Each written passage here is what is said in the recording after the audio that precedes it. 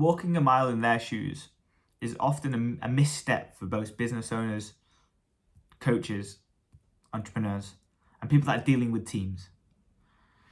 Once you understand and the ability to empathize with the people that you're around and understand what their needs are, where they've come from, and how they continue to do amazing things, you'll be able to forge better relationships, get better productivity from your team, and be able to understand those people better. You don't know the scenario that someone else has been in unless you've done it yourself. For me, I always really empathized and knew the struggles of what it was like to be a overweight individual.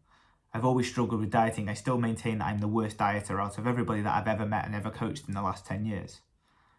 I used to have an insatiable appetite. I used to crave massively. I love food in all its capacities.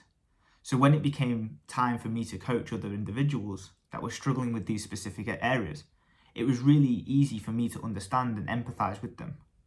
For most coaches, everyone's perspective is different. You may have not had the same troubles that I've had, which then relate to my clients. But you will have had things that have happened that you may need to revert back to, going to understand what's in their shoes. So if you've never been in a scenario of, being hungry and knowing how to manage it, if you've never been in a scenario of knowing how to structure your day because you've just naturally done it, you'll never understand how difficult it is for someone to do that, and therefore your coaching style will change too, or your interaction style will change too. Whilst being a leader is the fantastic epitome of you taking charge of your own life, to be able to impact others and be able to impact the level that you want for the people that are around you, if you truly want to get in and improve those individuals, you have to walk a mile in their shoes. So if you have never struggled to get in shape before, go and struggle to do an endeavor that you've never been able to do before. That same gap between what you're doing right now and the fight to go and achieve it will be the same type of empathy that you'll need for understanding how obese people struggle to get in shape.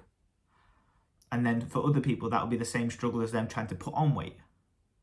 But if you never go through those challenges yourself, you never test yourself in your own capabilities, then walking a mile in their shoes will never be able to be a part of it.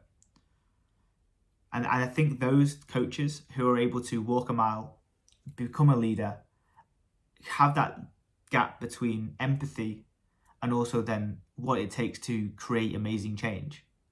And once you can bridge empathy to change, you then become a perfect coach. You become a coach that understands scenarios, situations, context, and knows how to move people from this point to this point.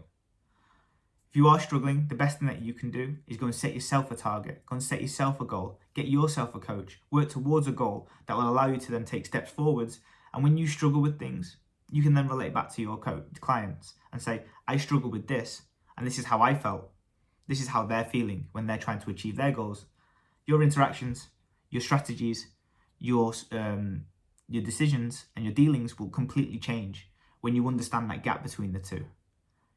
Go and get yourself a coach. Go and aim towards a goal that will challenge you, that will be difficult. If you've always been in shape, don't just stay in shape. Go and gain 5-10 kilos. Try and put 100 kilos on your deadlift. Try and, go and test yourself with step challenges, or go and navigate yourself a new skill. Once you put yourself in those involving developmental challenges, you'll understand that walking in someone else's shoes, and you'll be able to relate back to your clients a lot better.